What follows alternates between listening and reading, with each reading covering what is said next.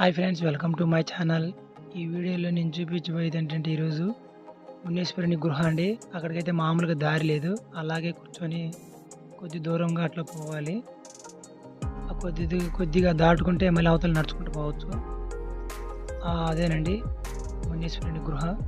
మునేశ్వరుని గృహ లోపటి నుంచి ఫుట్ వాటర్ అయితే వస్తుంది. మేమైతే అక్కడికి చేరుకున్నాము. పూర్వం మా పూర్వీకులు, మా పెద్దవాళ్ళు ఇక్కడ మునీశ్వరుడు తపస్సు చేసేవాడంట.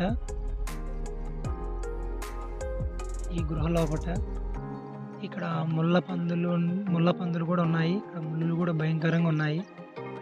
ఆ లోపట అంతా చీకటిగా ఉంది. మనమైతే ధైర్యం చేసి పోలేం ఫ్రెండ్స్. ఈ స్తంభం మొదటి స్తంభం అని చెప్పారు. అక్కడ ఉండేది 2వ స్తంభం అన్నారు. 3వ స్తంభం, 4వ స్తంభం,